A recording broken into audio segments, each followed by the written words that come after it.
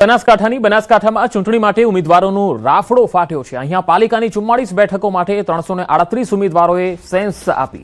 ભાજપમાંથી ticket લેવા ઉમેદવારોનું lobbying પણ શરૂ થઈ ગયું છે। વોર્ડ નંબર 10 માંથી 50 ઉમેદવારોએ સેન્સ આપી। પાર્ટીનું પાર્લામેન્ટરી બોર્ડ ઉમેદવારી માટે નિર્ણય લેશે।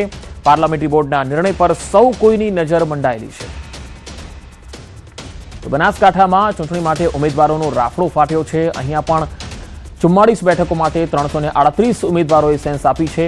આ પણ એક મહત્વનો નિર્ણય લેવો ખૂબ જ મહત્વનો બની જાય છે, કારણ કે ભાજપમાંથી ટિકિટ લેવા માટે ઉમેદવારો મોટી સંખ્યામાં સેન્સ આપી રહ્યા છે, પરંતુ કોને મળશે ટિકિટ, કોને મળશે દાવેદારીનો મોકો, એ જોવું રહેશે।